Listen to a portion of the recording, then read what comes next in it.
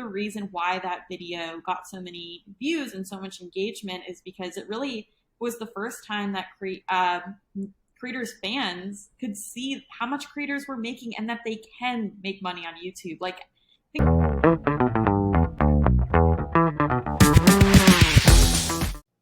Hello everyone and welcome back to a new episode of The Influence Factor by the Influencer Marketing Factory. With me today, I'm super happy to have Amanda Perelli, Senior Reporter of Business Insider. Welcome to the show. Thank you so much for having me. That's amazing. You're based out of California, right? Yes, I'm based out of Los Angeles, but previously from New York. Wow, amazing. So from New York to California, especially Los Angeles, where all the content creators and influencers basically are, right? So I guess, I don't know if you moved for that reason, but could be one of the reasons, I guess, right? One of the reasons it helps a lot being out here. Of course, there are creators everywhere, and there's a huge creator community in New York, but it's so nice being out here and being able to go to events. I just recently went to VidCon. I'm hoping to go to Vid Summit in September, so it's just a really great space for me to network and meet up with sources in person and really like be on the ground. That's fantastic. And so this is what I say all the time. The creator economy is still quite new, right? As a concept. I mean, it evolved. I've been there. People always create economy in the past, but now you have content creators, you have influencers, you have like all these buzzwords. But first of all, how are you, Amanda? How did you start your career? And how and why did you get into the creator economy, specifically speaking? Yeah, that's a great question.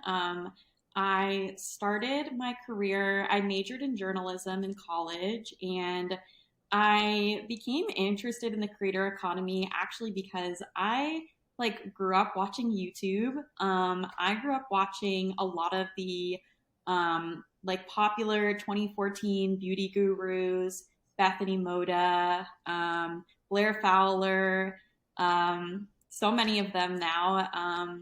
And I just loved watching their makeup tutorials, hair tutorials. I just got so many tips, tricks, and advice from them. And then as they continued to post, I kind of turned more into vlog content and just learning about their everyday lives, and really became immersed into the YouTube community, YouTube beauty space, and just super interested in it, just personally.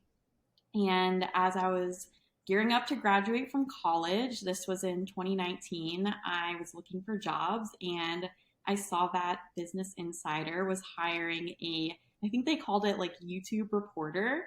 And so right away I was like, that is the coolest job ever. I knew I wanted to be a reporter. At the time, I wasn't really sure what I wanted to even write about. And I remember telling my friends, and they were like, this is perfect for you. You're always watching YouTube. You're always listening to podcasts. That was totally my thing. And yeah, it's really evolved ever since. I think, in 2019, this was early 2019, we were focusing on YouTube at the time, but looking back now, there's TikTok that really started to develop at the end of 2019 and became such a huge part of my beat.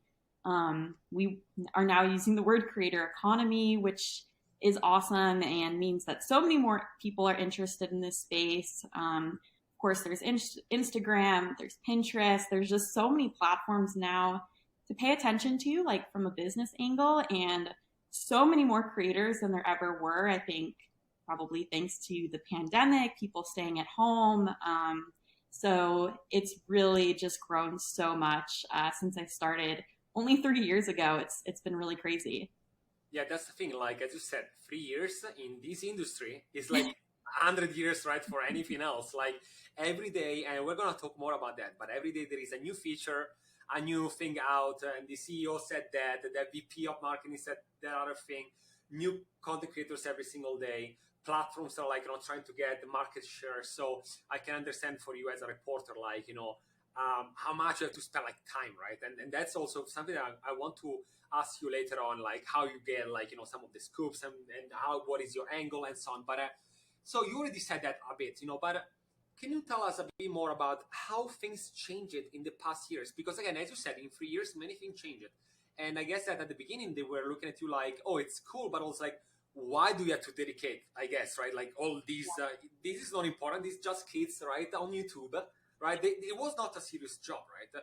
But you enter in, you and other, fellow journalists and reporters, and be like, actually there is a business behind this, right? And you made it legitimate also, right? Thanks to your work, to insights and data, interviewing people. How was your work before, in a way, before TikTok, for example, short form Mhm. videos, and now? Did you see any major differences? Is it now your role even more, like, I don't want to say serious, but is it like taking me like, oh wow, now it's a big thing, money are going in that direction? Can you tell us like more about that? Yeah, I completely agree. And I really think, and I know this is talked about a lot, but I think that TikTok and short form content in particular has really like opened up the industry. In the past, like I said, I was just kind of watching YouTube alone in my bedroom, didn't really talk about it with anyone. It's kind of just something you did by yourself. But now, basically everyone I know has either like seen a TikTok or at least seen a re-uploaded TikTok on Instagram. Everyone's consumed short form content and consumed content from creators and influencers where maybe in the past people were following like Kylie Jenner or these big influencers like an influencer celebrity. But now I think a lot more people are following like everyday influencers, micro and nano influencers that they maybe didn't really even know existed prior to short form content. It really made it this industry a lot more accessible to people and really shown people like the whole industry. And yeah, I think what's really interesting, like you said, is not that the industry wasn't serious before, not that people weren't making money before TikTok, but a lot more people all of a sudden are really paying attention to the space. VCs, like investors, even just more brands, more companies want to get into this industry. They want like a piece of the pie and they want to just leverage these creators and the audience that they have. I think a lot more people are just paying attention to the space. Even though it was always there and it's been there for so long, they're finally understanding that, understanding how valuable these people are. Like if you're a brand, how valuable a creator can be based on their audience. And yeah, so we've really just seen so much more attention all of a sudden just in 3 years. I think the term creator economy has just like opened it up. That's the term that a lot more people are using, whereas in the past we just would say like influencer industry or influencers, content creators. So yeah, it just has like opened up to everyone, and I think it's more like widely known to people, and talking about influencers is just more widely known. It's not like this kind of secretive thing you do on your own and can kind of share it with friends. Yeah, it's so Yeah. different now. No, it's funny when you say like, you don't have to hide anymore, because back in the days when people started on YouTube, you didn't want to tell that you were making videos on YouTube, right? It was like it was like for people like a bit weird, like, why don't you go out with friends? Why do you stay in your room, right? So I know that is like, I'm talking about 10 years ago, right? Yeah. Now things are changing and everything, and but how, like, is it your day changed now? Because before you said that you were spending so much time on YouTube. Since now every social media, right, everyone is trying to fight for your attention. You have YouTube Shorts, Instagram Reels, TikTok, and now with TikTok Stories, there Mhm. is live streaming. Pinterest is trying to get in the game. Twitch, Discord channels that I know this is a bit different. But how do you spend your day now compared to, let's say, 3 years ago? Did it change it, or are you still trying to split your day at the same way? Yeah, that's a great question. I think in the beginning, I really was just watching a lot of content on YouTube and um, just using YouTube as a way to like search different business topics, see what creators were talking about related to business, related to making money as an influencer. And now it's a lot of spending like time on different platforms, but like spending time understanding like what are the trends right now, what are creators talking about, and yeah, just making sure to be on like all the new platforms as well, and testing them out, seeing like which creators are joining new platforms, what are creators talking about the platforms on other platforms. Like usually on TikTok, there'll be discourse about other new platforms. So what are they saying there? Um, I use like TikTok as a search engine to like search different topics. Like how I'm making money as a micro influencer or a nano influencer, or I just think that's so helpful to like filter through content and find the right content that fits our beat. But yeah, just trying to spend as much time on each platform, but like really understanding like what am I watching, like what does this kind of mean for the platform, what do these trends mean, is there like a common thread, are people posting more, are they posting less, is their engagement down, like kind of understanding like the analytics and trends behind it. every day. It's a lot Every though. day. It's and I talk to creators about this all the time, like okay, now every platform has a short form video content and component, and they're all changing all the time. And like, how do you stay on top of that? And I think it's really about like being like really, really in tune with maybe one or two, and then checking in on the others. For me, I'm really focused on YouTube, and I'm like still really in tune with that platform. And we've hired other reporters who focus on other platforms. So I think that helps a lot because I can't be an expert on all of them. I don't think Yeah, right. anyone can. You will need like one day just to Yeah. stay on platform and watch content. One day, like 24 hours to ask questions to your Yep. content creators.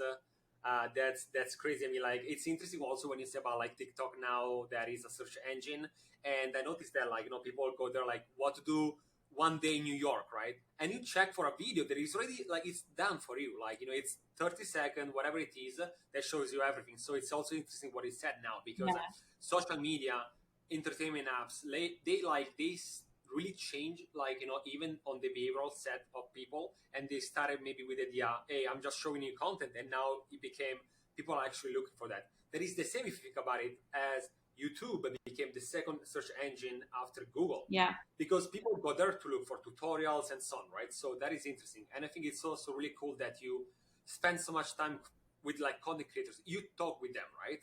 Every single week, you ask them questions, and you can have like a real feedback from them, right?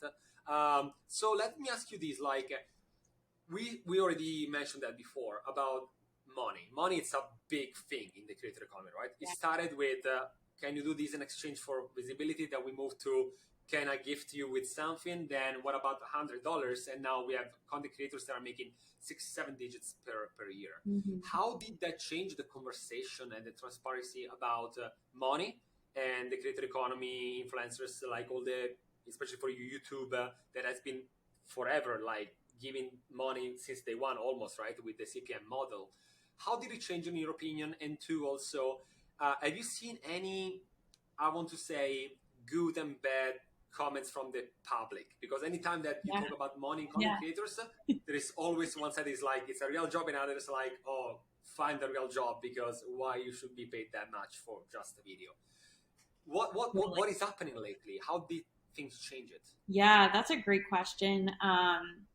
The first time I saw a creator talk about how much money they make was Shelby Church. She's a tech lifestyle Yeah. creator, and she made a video, and this was in 2019, where she sat down and broke down how much money the back end of her YouTube channel makes from AdSense, just AdSense. So how much each video makes from the ads she puts in her video. And that video went so viral, and since then so many creators have copied that format, and it was kind of like a trend on YouTube for a little bit. And I know Graham Stephan, who is a personal finance YouTuber, has done this as well. But I think the reason why that video got so many views and so much engagement is because it really was the first time that creators fans could see how much creators were making and that they can make money on YouTube. Like, I think a lot of people still didn't even realize that, and they didn't know that creators are making money like so many different ways. Maybe they thought, oh, they're just making money from sponsorships or talking about a product here and there, but there's so many things behind the scenes that the fan didn't realize. And I think that transparency was so interesting to her fans and her followers. They really appreciated that. It gave them like a better understanding of how this can be a career for her. I see a lot of people talk about like how do influencers afford that thing or how can they go on that trip? Well, a lot of it is like paid for by a brand or they're sent these things or they're purely just making a lot of money and you just don't even realize it behind the scenes because of how many different revenue streams they have and all the different ways that money is coming into their business. So I think in the past 3 years, creators have been a lot more open about that and just kind of realized, I think the tone has shifted to the fans and followers being like having negative feedback to that. Whereas now people are like, that's awesome. I want to start a YouTube channel or I want to start a side business as a creator. I want to make like money like this someday. And I think they just appreciate paid transparency. I think overall in like any industry, paid transparency is such a big thing and is becoming a lot more popular and a lot more important. So that has happened as well with creators.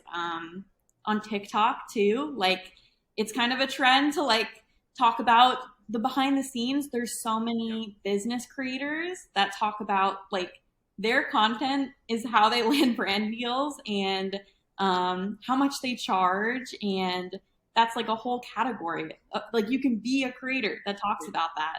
It's really meta, right? You're making money talking Yeah. about how to make the money, right? And it's like it's a loop. You can react to the video, and it's like a never-ending loop machine for like making more money. Yeah. Interesting. Yeah. So it's really interesting. Yeah. And yeah, I mean, like I can see that. Like we went from like, oh, you are sellout, you are just doing this for the money, to hey, get that bag, type of Yes. comments, right? Yeah. They are like, when we interview the people about the creator economy, a lot of them a lot of users said that no matter what, nowadays they want to help and support their favorite content creators, helping them with maybe I don't know, buying merchandise or buying a product that is sponsored by, because they know they're gonna sometimes pay per performance. So it is quite interesting to see how, as you said correctly, like how the opinion shifted, from oh, you do just for the money, and to okay, you need the money to make more quality content, right? So like for everyone that like maybe don't know you that much, like about your weekly, like can you say a bit more what is your approach? Because you every week you come out with like how much X amount of like the followers can make Yeah. you on a monthly basis, yada yada. What is your approach there? You find specific people? Do they reach out to you? And maybe we can go more in detail about that. But do you are you trying all the time to look at different personas on the internet? What is your approach when it comes to this is what you are online, this is how much they are making? Yeah, I definitely am always trying to find different like niches of creators and maybe do they have just 1,000 followers on YouTube or do they have 1 million followers on YouTube? Like trying to hit every different category. Are they like personal finance creators make a lot more money through affiliate links? So talking about that and the different ways they're making money. But maybe a fashion influencer makes more money through sponsorships and like working with different brands. So I think every like category of creator makes money in a different way and makes more money more way one way than another. So I think that's really interesting. And kind of like highlighting how depending on your niche, you can make a lot of money one way versus another, and understanding that. And I usually will find people through searching still. Like I'll search again, like on TikTok and YouTube, and see which creators are already talking about these topics. Because usually, if they're already talking about them, they're super open to talk about it for an interview and be really transparent about their earnings. And we love to ask them like to break down how much they make each month and with every revenue stream, and how much do you save for taxes? How much were you making before you were a creator? Are you making a lot more? Are you breaking even? So yeah, I still will like search people and find them that way, and I think that's super helpful. Occasionally, like people will read our stories and they'll reach out, which is always really interesting. And yeah, I think what's interesting about these like money diary, money breakdown posts is that still a lot of people don't realize just like the sheer amount of money a creator can make without having millions of fans. I love chatting with nano and micro influencers who even have like, 10K, 50K followers, and they're making six figures a year because they're so diversified and doing so many different things. And I think a lot of people still don't realize the amount of money that they can make through like brand partnerships or even through like AdSense on YouTube. You don't need a lot of subscribers to make money. You just maybe need to have a lot of views or make content that is really searchable. So it's really interesting. Each person has a different story and has different tips and advice. So I find that really interesting, and I think our audience finds that really helpful too if maybe they're just starting off. Absolutely, and it's also interesting that some people are still clueless about this. This means how, for us in the industry, it's like, of course, but for still a lot of people outside, they are still like, they have certain myth in mind, or they're like, oh, this much for that, they cannot really like, understand sometimes, because if you come from a different industry Yeah. and then you get into this industry that is really, it's particular in a way, right? It's difficult sometimes to get all together your thoughts and be like, oh wow, these like they are making this money with 7 different revenue streams even when they're sleeping, Yeah, and they're like, why didn't I think about that? But then again, if it was that easy, everyone would be a absolutely. successful content creator. It takes so much more, right? And also another thing that you said interesting, it is that these people are moving from just making content to creating their own companies. They create their own things. They write off expenses, right? They treat themselves as small companies in a way, Yes. right? And that is it's an interesting thing, I'd say. So you said that you're searching people, but something funny I want to ask you, like, how many, since you're a reporter, how many emails per day or per week do you receive of people that try to pitch you like themselves? Can we have a ballpark like Yeah. number here, just for me to understand? So what's funny about that is that, of course, like any reporter, I get a lot of inbound emails from like publicists who are pitching Yeah. maybe their client who works in the industry, they're an influencer or they have a company, a startup, but creators themselves really don't use email, which I've learned. Yeah, And exactly. I will communicate with a lot of creators through mostly like DMs on Instagram. So I got a Okay. lot of inbound that way. I found it was really helpful. I think 2 years ago, I started like a work Instagram account, which is so funny. Like in any other industry, you wouldn't think of having like a work Instagram, but Yeah. it's a great place for me to get in front of the people I want to talk to and to chat with creators. So I'd say I don't get it like a ton of inbound, but I think I do get like maybe a couple a week, or like creators will just reach out over DM and say like that they saw my article and they'd love to be a source, or they'll like pitch themselves and we'll jump on the phone for an intro call. So yeah, all happening on Instagram DMs. Really Okay. not even Twitter, mostly Instagram. I am seeing some creators join LinkedIn, which is really cool, and networking with them that way. But yeah, they're using social media, which is great, and kind of the new email. Yeah, I mean, it makes sense, because when I think as a professional, I'm like, how many emails do you receive? Because, whenever I talk with other reporters, they're like, yeah, I receive hundreds of email every day, mostly because they come from brands, right? They Yeah, want to pitch and everything. In your case, it's mostly content creators. And as you said, even when we work with our own talents, they are only by iMessage, yeah, WhatsApp, DM. It's such a mess, to be honest, sometimes, because it's difficult to manage like in that way. But for them, it's like, yeah, like what is an email? Like what are you saying? Like, why should I be so corporate, for something like this?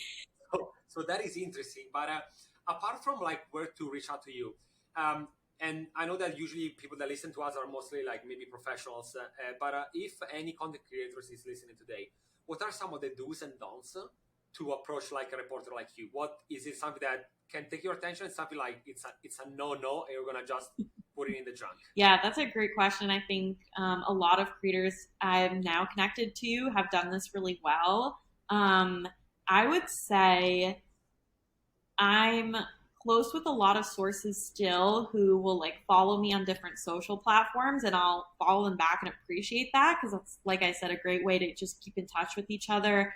I'll post my articles, and usually people will like DM and respond, or we'll start a conversation and they'll say they maybe they know more about that, or they could share more insight for a follow up.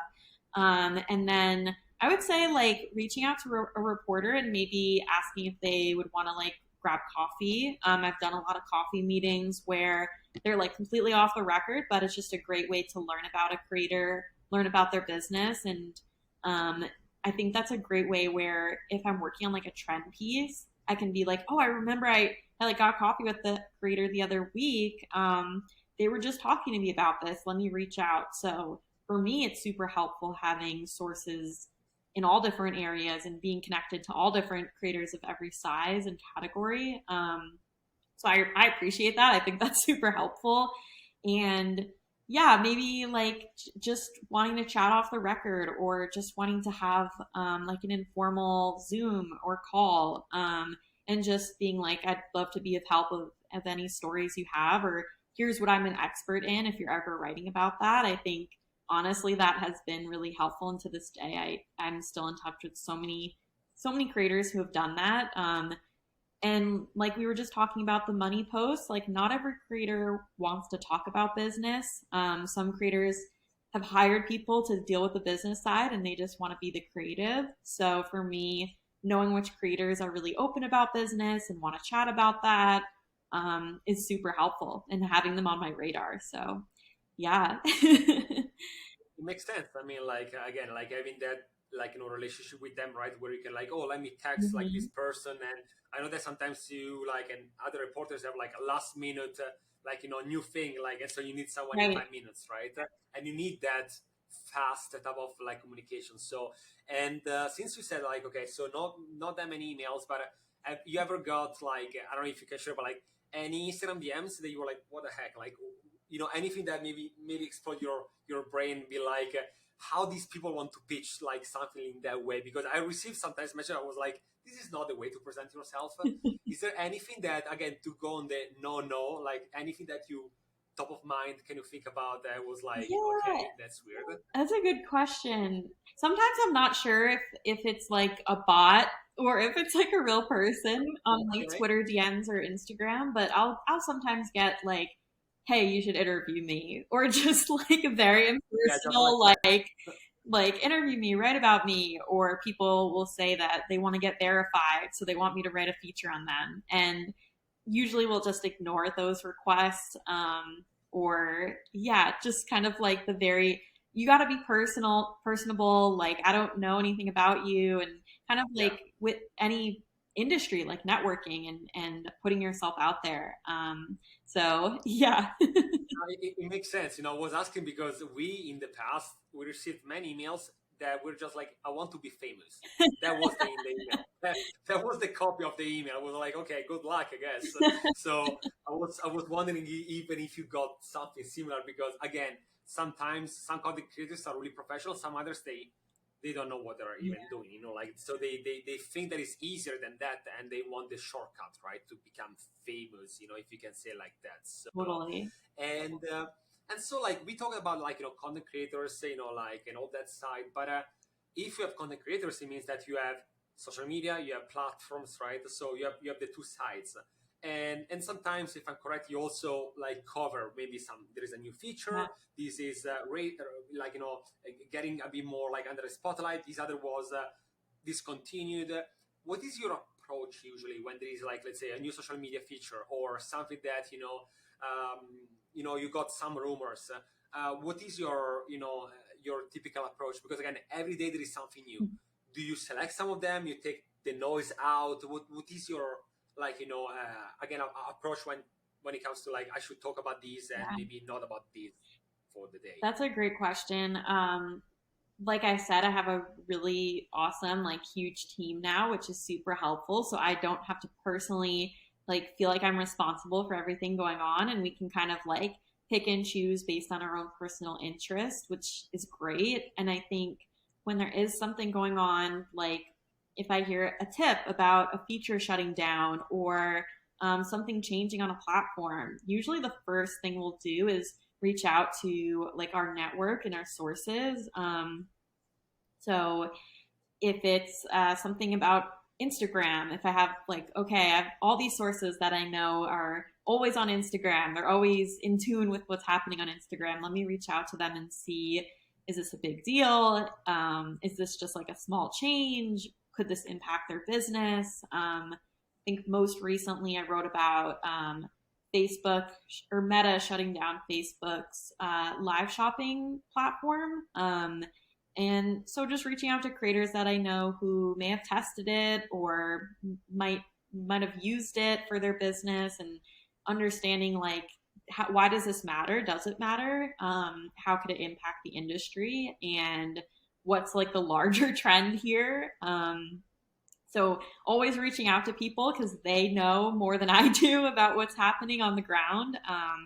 And really, like you said, there's so much going on. So I think I always try to focus more on the business things and how does it relate to business. And of course, there's so much with culture in the industry and trends. And so, yeah, just like the business angle, what's happening.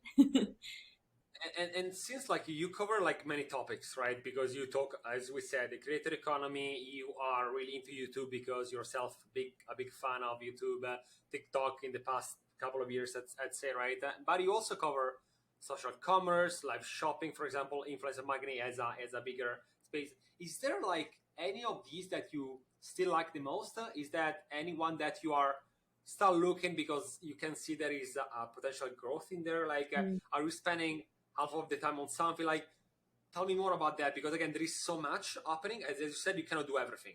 Is there one that you are going to be still like always a big fan no matter what, and there is maybe one that you didn't really cover that much but you would like to cover more? Yeah.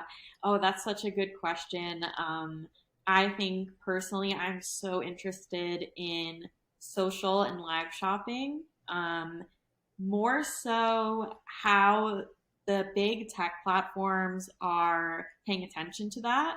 I think we saw last year in 2020 a lot of startups in the space kind of like rise and raise money. And now we're seeing like YouTube, Instagram, and TikTok take notice. And I think that's really interesting. And I just want to continue to keep an eye on that. I think, like I said, I focus a lot on YouTube. So I'm so interested to see the different social shopping tools that YouTube comes out with.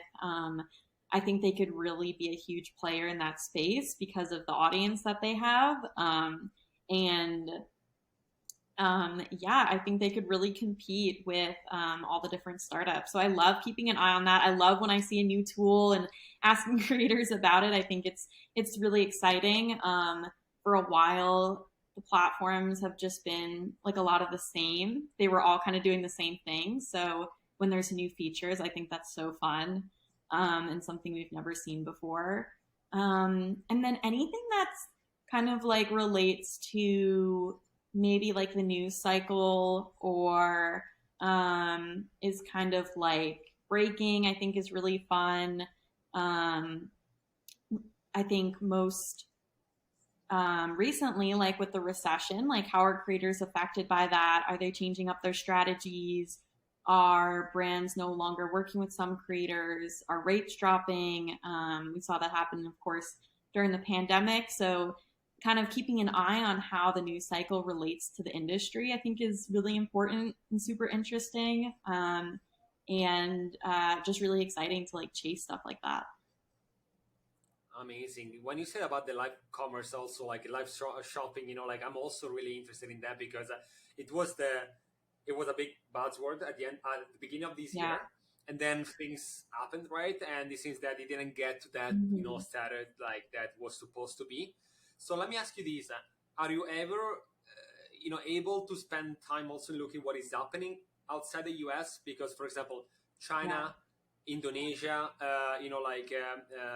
in other countries are been doing that for ages, right? They have a different approach. They have better hosts of live streaming. They have better integration with payments, just better user experience.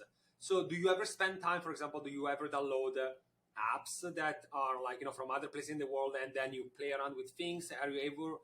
Do you ever like interview people that maybe are based out of China, or you prefer to be like, okay, I look what is happening there, but then I mostly look at the US? Like, how do you usually see on that? Because again, there are so many differences. So do you ever do that? Yeah, I most recently, for a story I wrote about some new features on YouTube, spoke to some creators based in India, which was really exciting because YouTube will often test a lot of their features in India first, especially with like YouTube Shorts. And they were testing a couple of social shopping tools. So it's really exciting because they got like a first look at that. So seeing how they're using it. And I think, like you said, in other regions, other markets, live shopping is a lot more like gamified and it's just a lot more interactive than we're seeing here. So I'm interested to see how like TikTok and other platforms will just continue to evolve the tools we already have. I think looking at other versions of TikTok, I totally think that's going to happen here, and it's just a matter of time of when all these features come to us. But yeah, I think we're still kind of bare bones with it. And I think there's still a lot more to come, a lot more ways to make it interactive and just keep people's attention spans, keep them really engaged and interested. But yeah, I do think it's really, really interesting to keep an eye on and like watch what's happening elsewhere because, of course, it's like always happens here later on. And yeah, just to see how the platforms bring that stuff over. Yeah, Fantastic. No, I mean, like, I wanted to ask you that because, again, a lot of people I noticed that they only, if they're based out of the US, they mostly look at the US, but you can learn so much more from, as you said, India, they do a lot of like, test and beta versions, Australia, in China, there is it's another world, when it comes to specific, like, industries, for example. They have way better hosts of live streaming, the key opinion leaders and key opinion customers. Like it's something else, right? And then you have like TikTok Indonesia. They do a lot of tests also there. And then, as you correctly said, like that they come to the US. But if you're smart enough to look what is happening in other countries, right, you can potentially understand what is also coming our way. So I wanted to ask you as a reporter, right, if that also was a part of your job. So we cover many topics today, but is there anything else that I maybe left out today that you wanted to talk about? Anything that you think everyone should look at lately? Or I don't know, maybe if you were just, if you're excited about what happened in the past years, anything that you want to share with us that we didn't really cover? yeah, that's such a great question. I think I'm really excited to keep an eye on. So I went, as I said, I went to VidCon a few weeks ago, and it was really exciting to see the gaming community and the esports live streaming community there, and just how engaged they were with their fans. So, like, I personally am trying to get more knowledgeable on that space, learn more about these creators. Specifically, the big stars of VidCon were creators who make content in the Dream SMP. So I'm trying to learn more about that. I think there's so many like niche communities that have these mega dedicated fan bases that the public is just not even aware of. Yeah. And yeah, I think that's so exciting. I think we haven't really seen that in a while. So I was really excited about that. And I was like, okay, I need to go home and research this more and understand these communities more. And of course, I want to know like what's the business behind this? Who are the people like helping them with their business? So that's something. Also because they are super young, Yes, right? They're like yeah, kids, the audience, and you're like trying to understand what is this? Is a yeah, server where you put this thing, and I felt like a boomer when they were like explaining about it. I was like, what is this? I don't get it. But as you said, they have a crazy strong yeah. audience and community that is there all the time, and they pay a lot of money for like personalization, customization, and so on. So Yeah, wow. it's so interesting. But yeah, I just want to continue to learn more about it, and learn more about what's the business behind that. Amazing. Well, so I guess that, I mean, we said that the creator economy, influencer marketing, all this like changed it drastically, right? Yeah. Since you were just watching YouTube by yourself, like, to learn about things, you got into this, right? And it was only like YouTube focused. And then you moved to like, what about also short form videos? And then you start interviewing like content creators like, hey, you are a professional, like, and I would like to learn more about your Right. daily, like, operation in a way, right? So that's fantastic to see the shifts. And if I got it correctly from you, you're also looking at what is going to happen, new generation, like generation alpha with gaming, new communities, and so on, right? Totally. And I think that we exchanged a lot of really interesting things today. So thank you so much, Amanda, for joining me today. Thank you. I loved it. I know that I could go over for hours, talking about these, because it doesn't feel like a work. Like it's exciting to to talk about and to learn It things. is. So if anyone want to follow you, is there any social media or any channels where they can find you? Yeah, I'm on most social media platforms. I post a lot of my stories, or will ask for like tips and stuff on Instagram. I'm really active on Instagram, also on Twitter, and also posting a lot on LinkedIn. So you can find me there. Fantastic. Well, thank you so much, Amanda, for everyone listening. This was another episode of the Influence Factor by the Influencer Marketing Factory. See you in the next episode.